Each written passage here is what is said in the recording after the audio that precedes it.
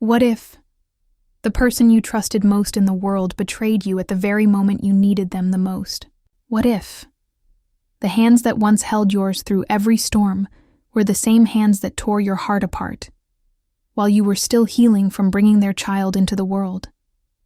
That's my story, and I never thought I'd be the one telling it. My name is Ananya Sharma. I'm 32 years old, and 3 months ago, I became a mother, a tired, messy-haired, sleep-deprived, and still learning mother to the most beautiful little girl I've ever seen.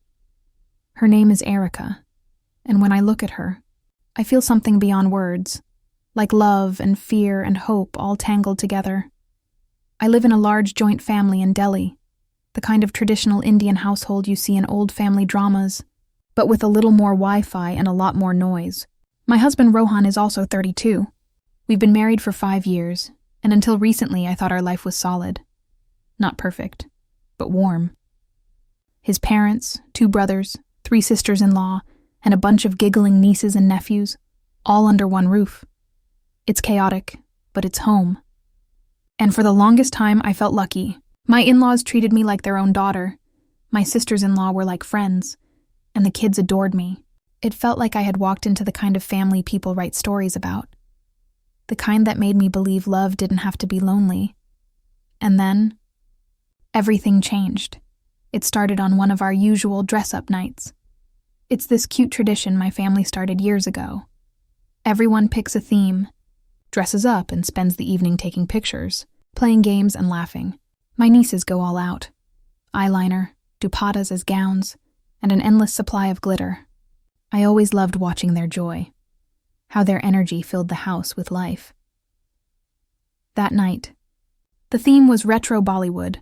I remember wearing a yellow sari, my favorite one, and Rohan teasing me, saying I looked like Madhuri Dixit from Hum Aapke Hain Kaun.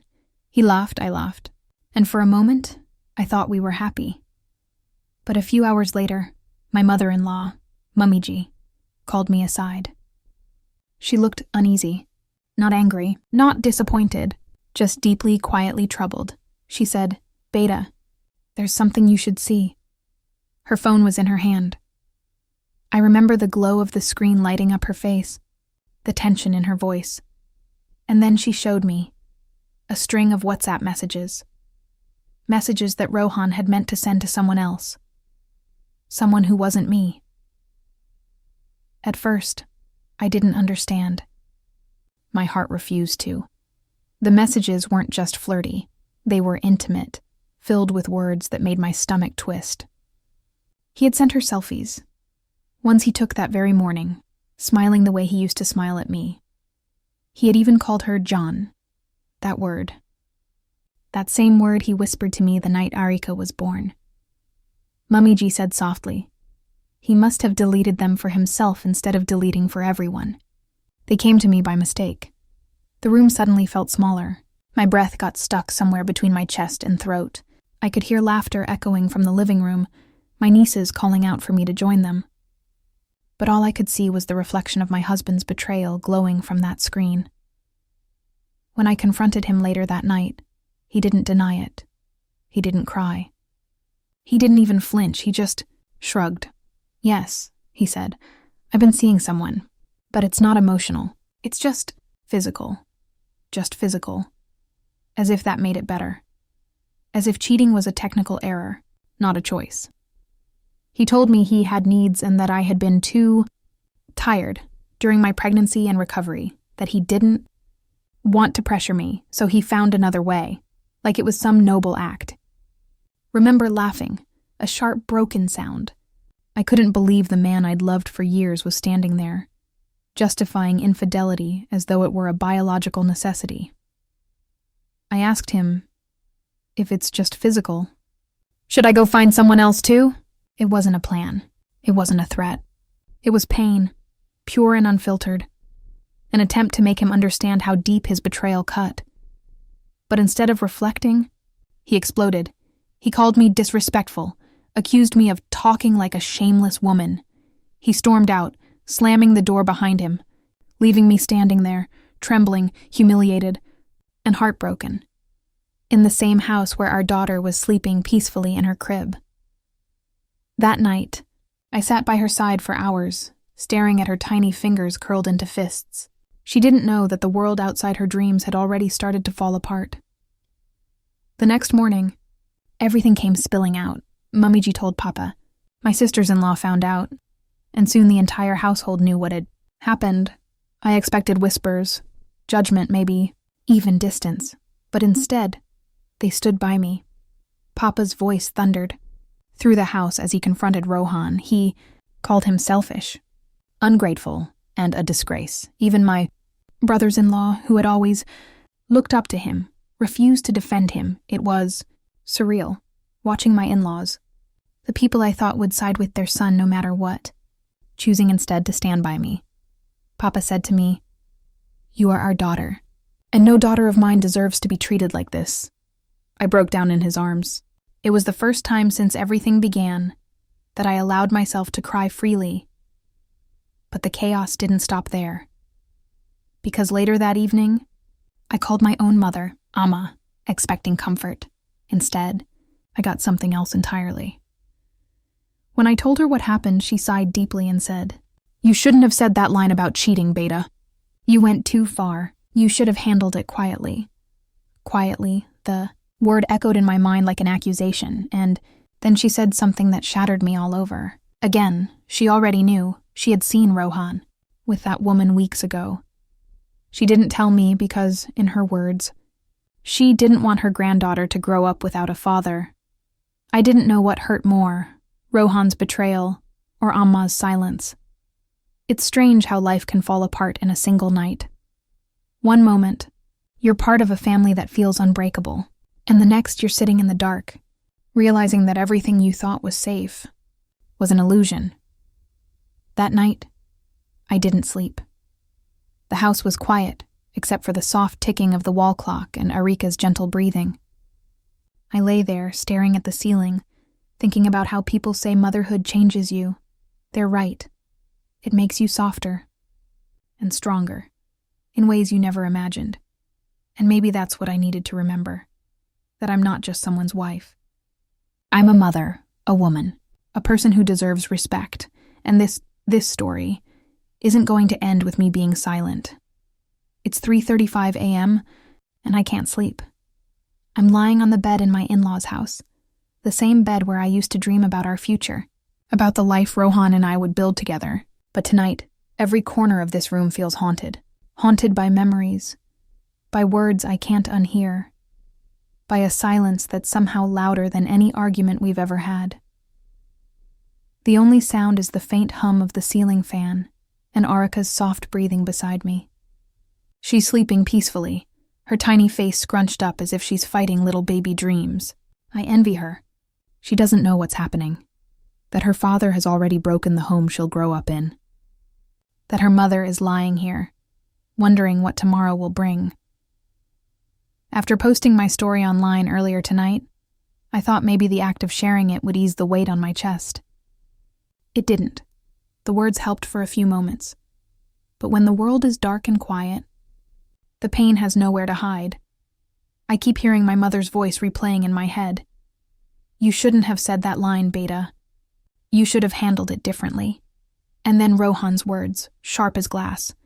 "It meant nothing. You're overreacting." Overreacting. As if being betrayed while you're still recovering from childbirth is something a rational person should shrug off. I turn my head and look at Arika again. Her fingers twitch slightly, and her little chest rises and falls in rhythm. She's the only reason I haven't fallen apart completely.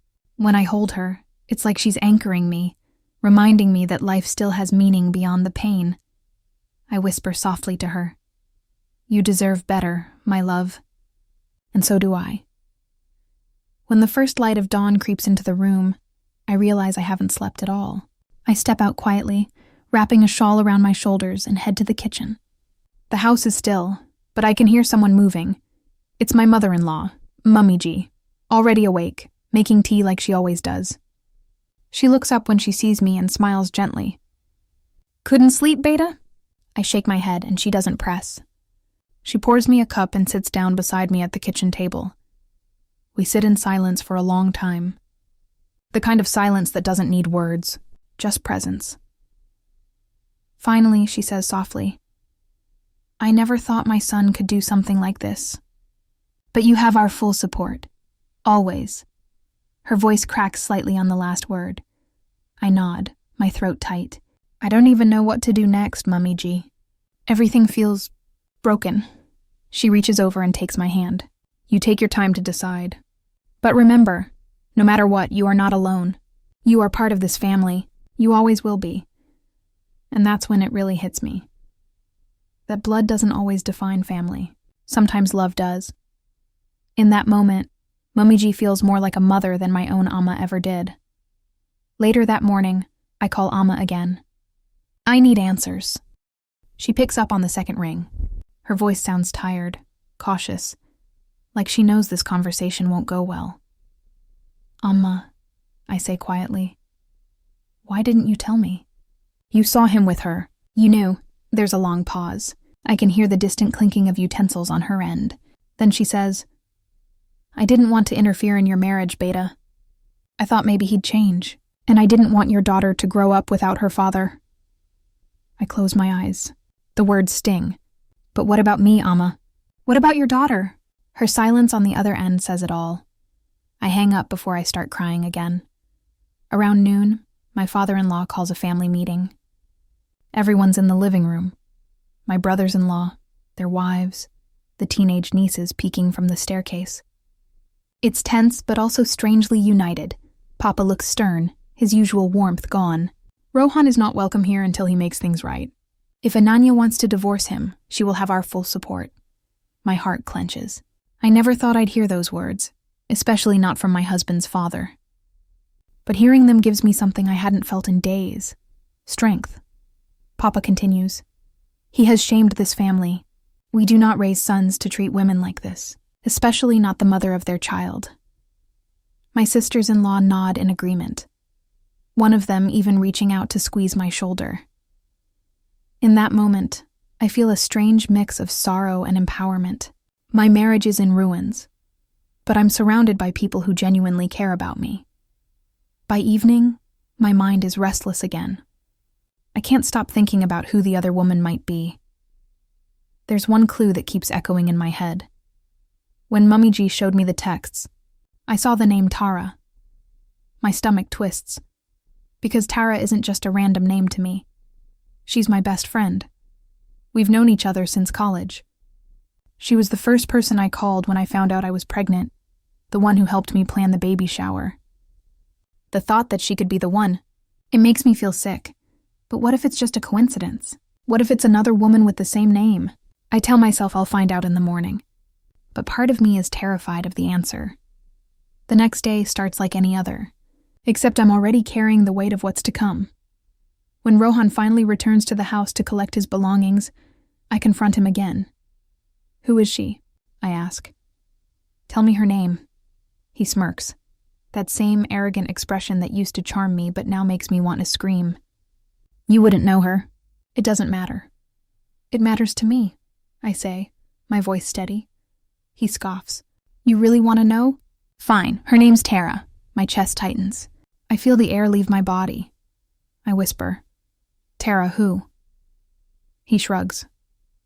You think you're the only one with friends named Tara? And just like that, he walks away, leaving me hanging in that space between relief and devastation. That night, I cry again. Not because of him this time, but because I finally understand something. Closure doesn't come from the truth. It comes from acceptance, and I'm done waiting for him to give me that. The next morning, I make 2 calls, one to my lawyer friend and one to my mother. I tell Amma calmly, I'm filing for divorce. She starts to protest, but I interrupt. You wanted me to stay for Arika, but I'm leaving for her. She deserves to see what self-respect looks like. There's silence, and then she whispers, I understand. I think, maybe for the first time in years, she actually does. By evening, my lawyer sends over a draft for a separation agreement, something to protect me and my daughter until the divorce is finalized. It includes clauses for child support, living arrangements, and restrictions on Rohan's contact. It's not about revenge. It's about reclaiming control. When I look at Arika asleep in her crib that night, I finally feel something close to peace, because I realize I may have lost a husband, but I found something far more powerful: myself. 3 days later, the front gate creaks open. The sound makes my stomach knot instantly. I look through the window, and my heart stops. Rohan is standing there, and beside him, wearing oversized sunglasses and a nervous half-smile, is Tara. Not another woman, not a coincidence. My Tara, my best friend, my confidant, the woman who once held my baby when I was too weak to stand after childbirth. I step outside before my mind even has time to process what's happening. My voice comes out steady, but my hands are shaking. Tara, what are you doing here? She flinches slightly. Ananya, please just hear me out. Rohan steps forward like a shield. Don't make a scene, Ananya. We just came to talk. A bitter laugh escapes me. Talk? You bring her to my house, my in-laws' house, after what you've done, and you want to talk? Mummiji rushes out from behind me, anger flashing in her usually calm eyes. Rohan, have you lost your mind? Bringing this girl here? Papa appears next, his voice deep and controlled but trembling with fury. Get out. Both of you. Rohan doesn't move. He looks at his father, defiant, arrogant, the way sons do when they think they're untouchable. Papa, I'm tired of everyone judging me. I made a mistake, fine. But I love her, and I want to make this right. The words hit me like stones. He said I love her. The man who once promised me forever, standing in our family courtyard, confessing love for my best friend. My knees almost give out. I steady myself against the pillar. Tara looks at me, tears filling her eyes. It wasn't supposed to happen this way, Ananya. I tried to tell you. I really did, I whisper. You slept with my husband. Tara. There's no version of that where you get to say you tried. The air turns thick, everyone frozen in disbelief. Even the neighbors begin peeking through their windows. Papa finally says, Enough, Rohan. From today onwards, this is no longer your home. He turns to Tara. And you, young lady, have shamed every bond of friendship and trust. Get out before I call the police. For a moment, Rohan looks shaken, then his jaw tightens. Fine, you'll all regret this. I'll take what's mine, including my daughter. Before I can react, Mummiji steps forward, fire in her voice. Touch my granddaughter, and I'll make sure you never see her again. You've lost every right to her. He freezes, because deep down, he knows she means it. He looks at me one last time. A flash of guilt, maybe even shame, then storms off with Tara trailing behind him. As the gate slams shut, I exhale, a sound that's half sob, half relief. It's over, the confrontation I feared more than anything. And yet, for the first time in weeks, I feel free. That night, I sit on the veranda with a notepad in my lap. The moonlight spills across the page as I start writing, not about love or betrayal, but about healing. I write everything I want my daughter to know someday. That her mother wasn't weak. That she didn't let the world decide her worth. That sometimes the bravest thing you can do is walk away. When I'm done, I fold the paper and tuck it inside a small envelope labeled, For Erica, when she's old enough to understand. A few weeks later, I meet my lawyer at a quiet cafe in Bandra. The divorce papers are ready, but there's one extra document she slides across the table, one that makes me pause. This, she says, is your love agreement. It's not legally binding, it's personal. Something I ask my clients to write. A declaration to yourself. I raise an eyebrow. A love agreement? She smiles. You've spent years loving others. This time it's a promise to love yourself. No conditions, no apologies. I stare at the blank page for a long time. Then I begin writing. The love agreement-y, Ananya Mehra. Agree to never lose myself in someone else's shadow again. I agree to forgive, but never forget my worth. I agree to raise my daughter with strength, grace, and laughter. I agree to choose peace over perfection. and truth over comfort. I agree to love myself. Fiercely, honestly, completely. Signed, Ananya. When I hand it back, my lawyer doesn't speak. She just nods, that knowing nod women share when they've both been through fire and come out whole. Walking home, I realize something. This is what closure looks like. Not revenge, not bitterness, just self-respect stitched back together, one piece at a time. Weeks turn into months. Erica starts crawling. Mummy G and I laugh again. The house begins to feel alive. Not haunted, not heavy, but filled with new beginnings. One evening, as I rock Erica to sleep, I whisper, "We're okay now, my love. We're more than okay." She looks up, eyes wide and innocent, and smiles. And for the first time in a long while, I smile back, not pretending, not forced, just pure and real. Months later, my phone buzzes with a message. It's from an unknown number. "I'm sorry, Ananya. I was wrong. I miss you." I stare at it for a moment. No anger, no longing, just calm detachment. Then I delete the message. Because when you've made peace with your past, even ghosts lose their power. The next morning, I walk to the local park with Arika in her stroller. The sun is soft. The air smells like fresh rain, and I feel light. A group of women nearby are talking about life, marriage, work, the usual things. One of them smiles and waves me over. "Hey, aren't you the woman who posted that viral story? The one about the love agreement?" I laugh. "Yeah, that was me." She grins. "It helped me leave my toxic relationship." "Thank you." And that's when I realize my pain wasn't wasted. It became someone else's strength. I woke up the next morning to soft sunlight filtering through the curtains. For a few seconds, I forgot everything. The betrayal, the heartbreak, the endless stream of tears. Then reality returned like a wave crashing over me. My baby girl stirred beside me, tiny fingers curling around mine. That single touch grounded me. She didn't know any of it. The lies, the fights, the broken promises. To her, I was still her whole world. And that was enough reason to keep moving. The house was unusually quiet that morning. My mother-in-law was in the kitchen, making chai. She looked up when she saw me, her eyes tired but kind. "Beta, come sit," she said softly, sliding a steaming cup toward me. I sat down, and for a moment, neither of us spoke. The aroma of cardamom and ginger filled the air. Comforting, familiar. Then she reached across the table, placed her hand over mine, and said, "Whatever happens next, you are not alone." I didn't realize how much I needed to hear that until the tears started again. It wasn't the loud, gut-wrenching kind this time, just quiet ones that slipped down my cheeks without permission.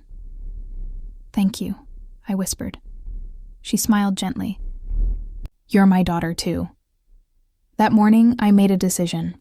No more tears for someone who never valued me. No more waiting for apologies that would never come. I was done carrying his guilt, his excuses, his cowardice. I had a child to raise. A little girl who deserved to grow up watching her mother stand tall, not broken. Later that afternoon, I met with the lawyer again to finalize the next steps. Everything felt heavy but also strangely liberating. Signing those papers didn't feel like an ending. It felt like reclaiming my voice. My husband could keep pretending his new life was perfect, but deep down, I knew the truth. He'd lost something he'd never get back. A family. A wife who loved him. A daughter who would one day ask where her father went and why. I wasn't planning to fill her head with hatred, but I wouldn't lie either. I'd tell her the truth, that love is beautiful but only when it's honest. That respect matters more than grand gestures, and that when someone breaks your trust, you have every right to walk away, no matter how much it hurts. Days turned into weeks. My husband didn't try to call, didn't visit, didn't even send a message asking about his daughter. That silence told me everything I needed to know. The man I thought I married was gone long before the affair began. He'd just finally revealed who he truly was. My in-laws kept me afloat during those first few weeks. My father-in-law made sure all the paperwork was handled swiftly. My sisters-in-law helped with the baby. and the teenagers kept the house full of laughter again. It was bittersweet, but it felt like healing. Then one evening, as I was putting my daughter to sleep, my phone buzzed. It was a message from my own mother. She wrote, "I'm sorry for everything. I thought I was protecting you. I didn't want your child to grow up without a father like you did." Reading that, I felt a strange mix of anger and understanding. I knew my mother's heart. She had always done what she thought was best, even when it hurt me. But I also knew that silence in the face of betrayal is still betrayal. I didn't reply right away. Instead, I sat there in the quiet, listening to my baby's soft breathing, and realized that I wasn't angry anymore, just done. Maybe forgiveness wasn't something I could give right now, but I could give myself peace, and that felt like enough. A few days later, I went for a walk with my daughter in her stroller. The sun was setting, the sky painted in shades of orange and pink. As the breeze brushed against my face, I felt lighter. For the first time in months, I wasn't defined by what he did to me. I wasn't the wife he cheated on. I was just me, a woman rebuilding her life, one sunrise at a time. I started journaling again, writing small notes to myself every morning, reminders that I was strong, that I had survived something meant to break me, and with every word, I felt a little closer to the woman I used to be before all of this, maybe even stronger than her. My daughter smiled up at me that day, her big brown eyes filled with innocence and light, and I smiled back through tears. "Don't worry, little one," I whispered. "Mama's got this." As weeks turned to months, life began to settle into a new rhythm. My lawyer finalized the initial custody agreement, and I officially filed for divorce. It wasn't easy, nothing about this was, but it was right. My husband's name would soon be nothing more than a line on a paper, a chapter closed. What mattered was what came next. I found a quiet strength in small things. Morning walks, bedtime lullabies, my in-laws' laughter echoing through the hallways. Every day was proof that I didn't need him to feel whole. I never did. Sometimes I catch myself thinking about that night, the one where everything fell apart. And weirdly enough, I'm grateful for it now, because that night showed me who truly stood by me, and who didn't.